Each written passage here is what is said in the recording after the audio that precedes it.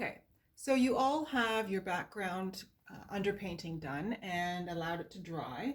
So it'll look something like this, although your color will be different, so don't expect for it to look exactly the same. And as you can see, there is still some canvas coming through, so it's not a solid color, it's just a layer of color that we're going to be able to utilize and pull through into the blue sky when we paint it. So on your palette, you're going to want to have a nice large pile of white. You're going to want, this is yellow ochre, a little bit of yellow, any yellow that you like, a little bit of orange. If you don't have orange, you just put a little bit of red with your yellow, a little bit of raw sienna, tiny bit of black. We've got two blues, our cerulean blue and our phthalo blue, but any two blues will do. Just make sure they're different tones. And we have two greens, same thing.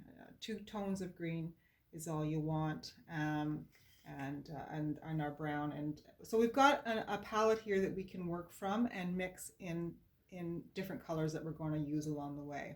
So the first colors we're going to mix are the blues for the sky. Now, I have not actually taught this class live yet.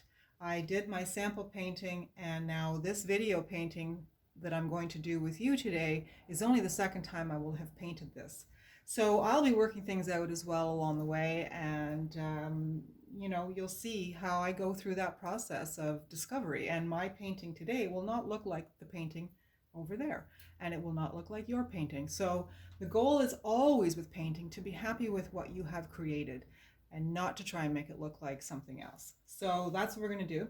So we're going to have some fun. Now we're going to mix up some sky color. Now what I have done, and you probably won't be able to see it terribly well in the video, but I will post a photo of the painting as well as the completed one. But I can see a beautiful red hue coming through, certainly in the middle area of the painting. So that's kind of what we're going for. Adds a lot of depth to a painting. So I'm going to take some of my cerulean. I'm just going to move it into the middle here and then grab some white. I like to have several tones of paint available on my palette when I'm painting, and I don't want to have to stop and mix. Although I do a lot of mixing on the canvas, and I can show you how to do that as well. So I'm just going to scrape that off so I don't waste it. Another trick is to take your brush once you've got it damp and just slide the paint off your palette knife so that you're not wasting the paint. Okay. You didn't have to change your water either, because red and blue play nice together, and if we end up with some purpley shades in our sky, that's not a bad thing. So making sure my brush is nice and damp, the first thing I'm going to do, I'm going to load it up with the color I just mixed. Remember how we flatten the brush on both sides so that we don't have gobs of paint?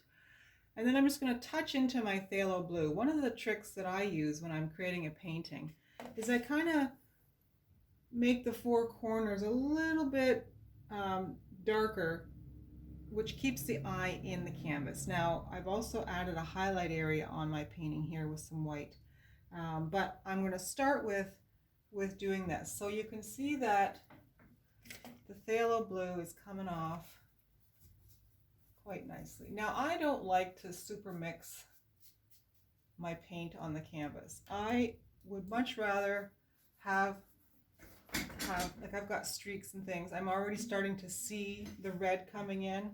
You need a lot of paint for this, so don't be shy. And I'm going to go over to my other corner. You notice I'm going around the edges.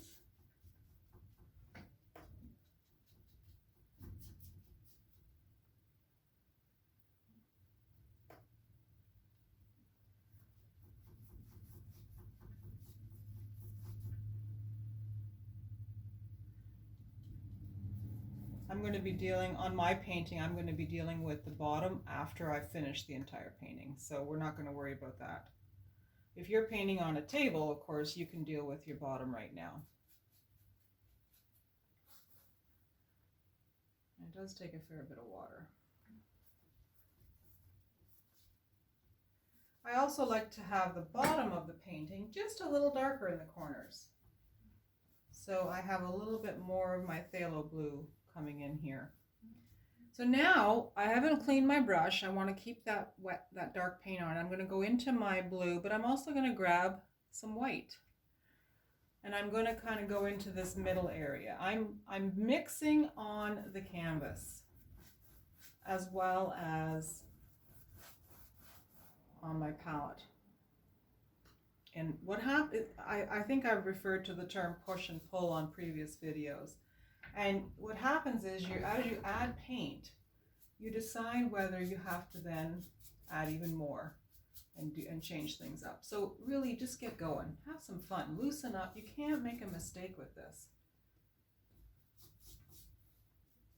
I don't know if you can hear, but there's a scraping noise. And when you hear that, that's often the sign that you need some more water on your paintbrush.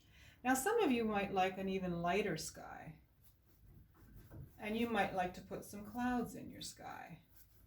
So you can do what you want. Now if there's an area where you want the sky to come through more, the underpainting, just take some water without paint and just go over an area. It actually pulls the paint off, and I've done that here. So I've got some red really coming through here, which I like.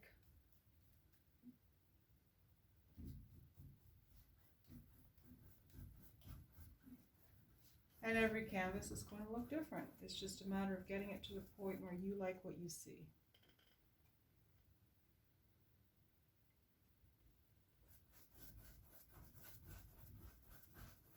You can even leave whole sections of your underpainting showing if you want. You don't have to cover it all up. It can actually look like there's some setting sun. That's kind of what I was going for when I decided on this color.